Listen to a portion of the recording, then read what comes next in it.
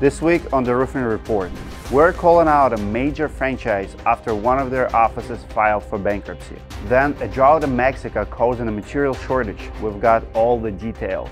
Later, we want to hear your take on Fortified roof standards. Do they work? And we'll end some good news out of Detroit.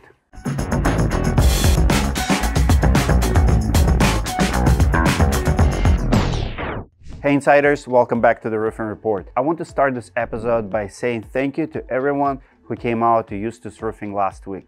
We have a great time talking to everyone and filming product reviews. Those review videos are on the way, and make sure you subscribe to updates. Our 2024 shingle guide will be the best up to date. We've been doing it for over 6 years. I absolutely love reviewing shingles, and this year community stepped up and we're gonna send major feedback to all shingle manufacturers in the United States and Canada. And if you have a story idea to share, send it to Sydney@roofinginsights.com. Now let's get to the news. Fines, scams, and jail time. First up this week, we're calling out a major roofing franchise. Honest Abe Roofing in Tampa shut down last year. At that time, a lot of customers were left with liens on their homes. Honest Abe set up a hotline to help fix the problem. But at least one homeowner is still trying to get her $5,000 deposit back. She has been waiting for 9 months. I feel betrayed. I feel anxious because by now I should have been finished. I feel a bit of anger. Mary contracted with the Tampa franchise of Honest Abe Roofing. After the deposit, she was to owe a balance of $23,991. But then she says the company stopped returning calls and then shut their doors. Retrospectively, I'm thinking, well, they may have already been realizing that they're having issues. And the lack of communication and the back and forth. Back then, numerous customers contacted me for help. At the time, a spokesman for the company headquarters told me each franchise is locally owned with no shared responsibility from the corporate office. However, he did agree to have other Florida franchises chip in to help customers with unfinished projects. But Mary says her project fell through the cracks after she was notified that her financing also fell through. She says she wants her money back.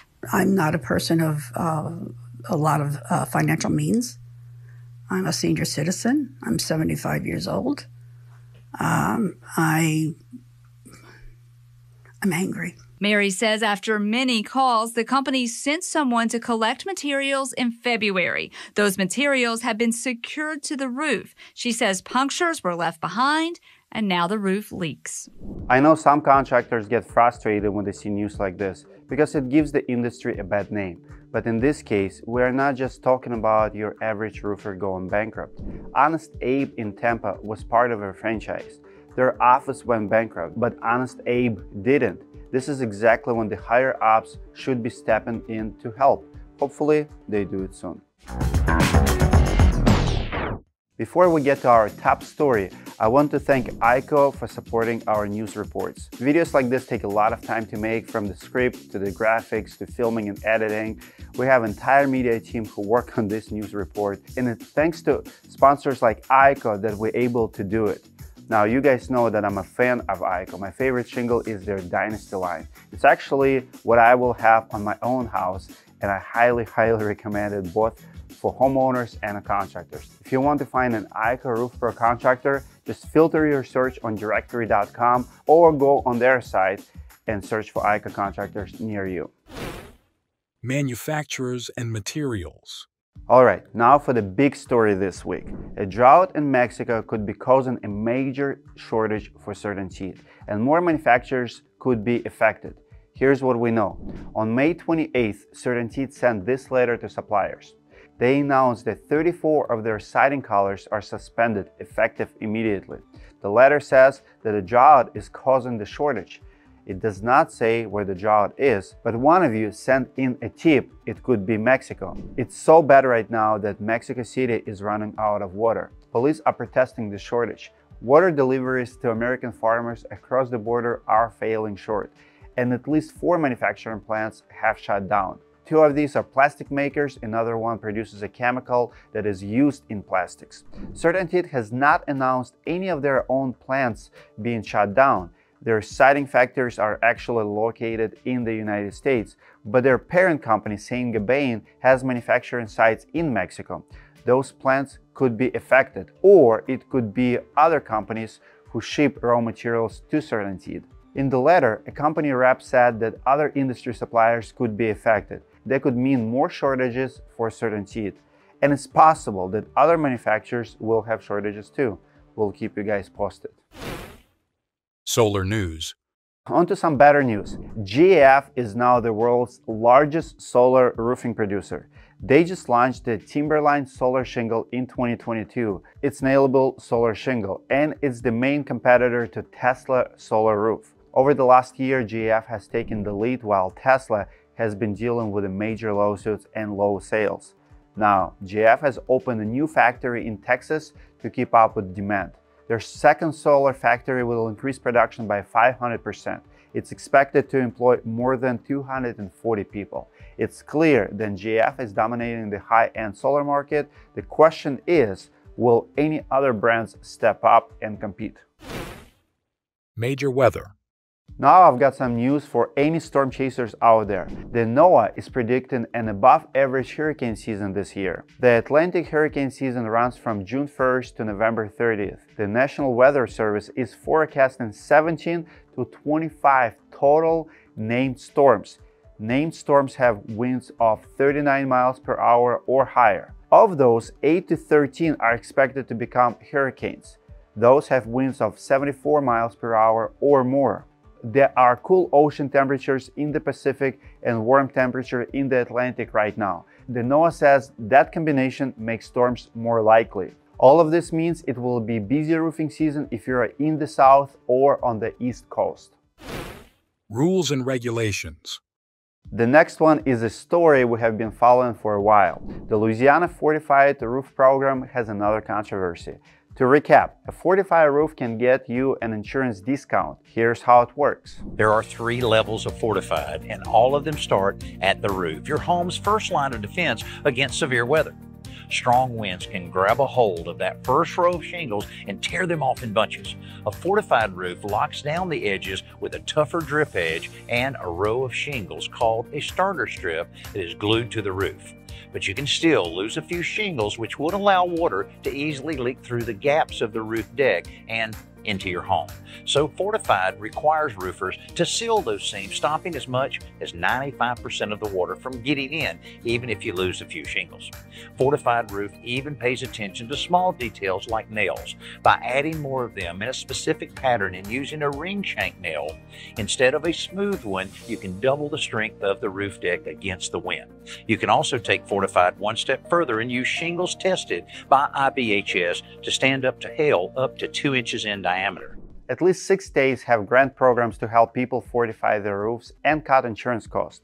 Around 3,000 homeowners were approved to get a $10,000 grants in Louisiana, but now over 600 of them have dropped out. Many of them paid for an inspection only to find out that their roof did not qualify. The problem is usually that more repairs are needed. Sometimes the entire roof needs to be replaced. Those repairs would cost homeowners thousands of dollars and they can't afford it. This all comes after an article last month exposed how the discounts still wasn't enough to offset insurance costs in Louisiana. If you live in a state with a Fortified Roof program, let us know what your take is in the comments. Do the standards make sense, and are they working in your state? Before we get to the good news, I have an update on the traveling conman scam. Men with connections to UK and Ireland have been scamming homeowners all over the US. They pretend to be roofers and trick people into contracts by lying about the roof damage. These cases can be hard to track because the money is usually transferred overseas in the form of expensive jewelry. But in Colorado, 2 of these scammers have been charged. They were caught at the airport trying to leave the country. 2 people are facing multiple charges in connection with a roofing scam targeting older people. Take a good look at them. The Denver DA announcing that John Morgan and John McNamara are each charged with theft and racketeering. Both are alleged to be involved in an organized and fraudulent roofing scheme where they lied to the victims about their roofs needing immediate attention. They're also under investigation for similar allegations in California. If they are convicted of racketeering, they could be facing 8 to 24 years in prison for each charge. Hopefully with this case in the courts, other scammers will think twice. Good news. Last but not least is some good news. An HGTV show is raising money to replace 10 roofs in Detroit. Check it out. The Bargain Block guys are at it again, setting their sights on Detroit's Fitzgerald neighborhood for a fundraiser called Roof the Block. We hope to raise $100,000 so that we can give 10 roofs to 10 homeowners in the Fitzgerald neighborhood. Evan Thomas and Keith Bynum are no strangers to this neighborhood. They've rehabbed a few homes here inside and out for their popular show on HGTV. But this project is a little different. Once we got in the neighborhood and started working, we really saw there was a big need for roofs. The more people we talked to, it just became really clear that this was kind of what we needed to do. Because when a roof gives out, probably the most important element of the house to maintain is that roof.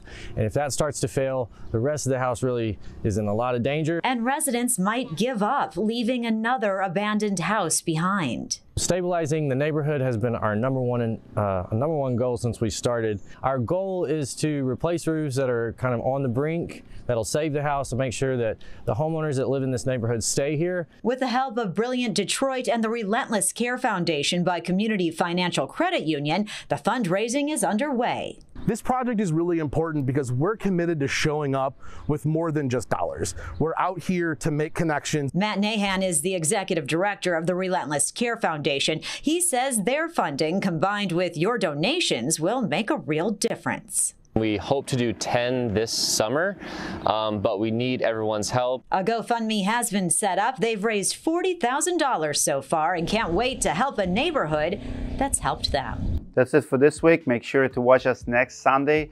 Like and subscribe. I read all of my comments. Today we're not gonna have bloopers because I did excellent. It's either Sydney, my script writer, adapted to my English level and does not give me any more hard words, or I'm just getting better. Comment below what you think about the episode. I'll engage in comments and I will answer to everyone. If you have questions, I'll see you guys in the next video.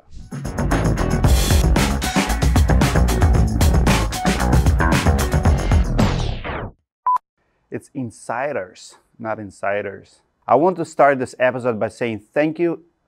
I want to start this episode by saying thank you to everyone. Before we get to our top story, I